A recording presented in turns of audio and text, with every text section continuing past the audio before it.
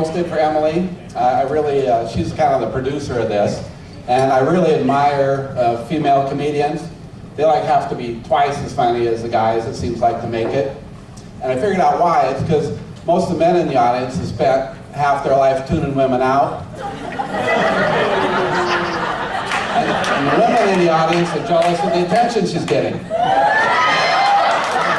We had a plumbing job the other day, and we were looking at the Roto-Rooter invoice.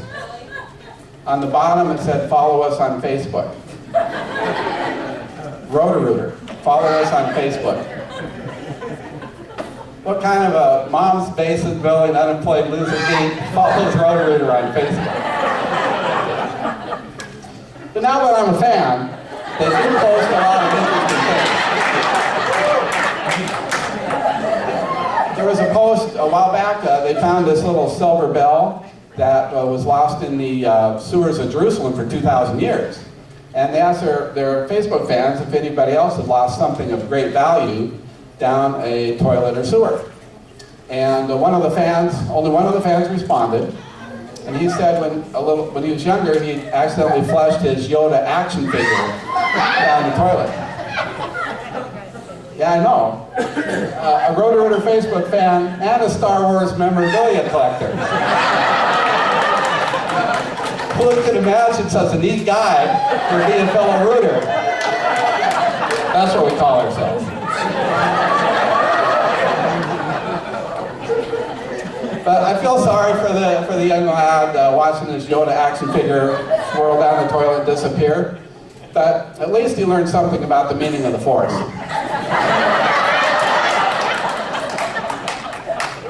Another thing you might not know, they have a ride-along program. Yeah, you can be a Roto-Rooter plumber for the day. What they didn't tell you about, though, is the hazing ritual. They make you climb through 300 yards of sewer and muck and filth and stuff, kind of like Tim Robbins in the movie. Roto-Rooter calls it the Shawshank initiation.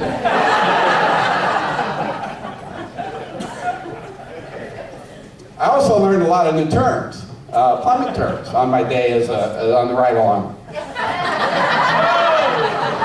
For instance, if you have a hole in the sink and you want to cap it, you use this little metal piece called a snap-on cockhole plug. And another term is discharge head, and that's the difference in the level of two valves in a pump. Discharge head. Another term I kind of learned about the hard way. My Roto-Rooter master plumber asked me to hand him a ball cock.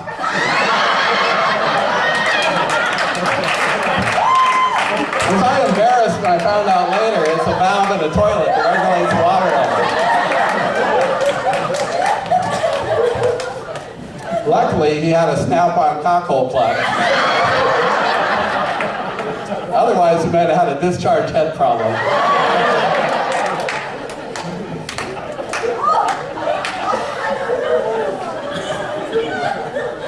Main drag or something like that. And the guys would do these if a guy had a things. There was 3 or 4 guys in the group, and so it was like if a guy had a winch on his pickup, he could pull that stump out of the road. Or if a guy had a jigsaw, he could make an end table just like that.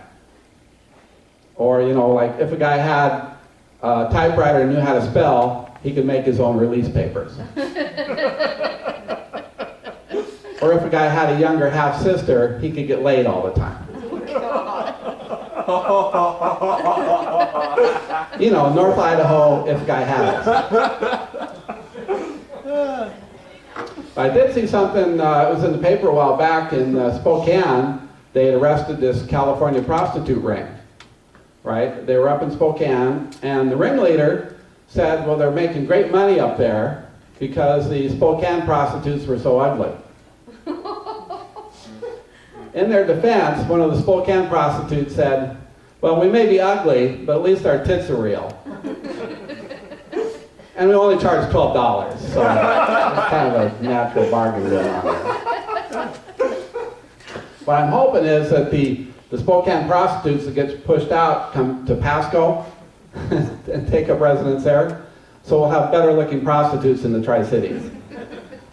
Kind of an urban beautification program. Apparently they've never been to North Idaho. I mean, have you ever seen a rich pimp in Coeur d'Alene?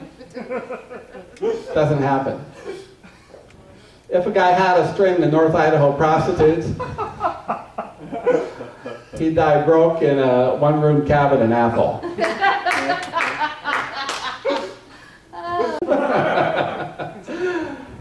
Yeah, and then they have the theme park there, right? Silverwood, yeah, Silverwood's an Athol. That's a brilliant idea. It's like how to become a millionaire. Start with $1 billion and build a theme park in Athol. Their next project is putting a super mall in Othello. But they don't have a lot of money there, but they'd like to put in some new, movie-themed rides, like they see in the big parks, like Jurassic Park, Indiana Jones and the Temple of Doom, E.T., the big movie-themed park rides. But they're kind of on a slim budget, so I heard their new ride at Silverwood's going to be the Hunger Games. You just shoo your kids out in the woods and see who survives.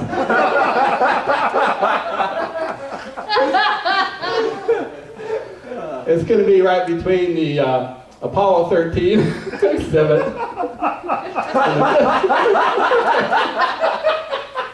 and the Castaway.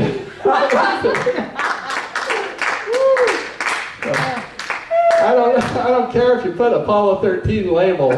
It's just a big clothes dryer with 3 seats in it.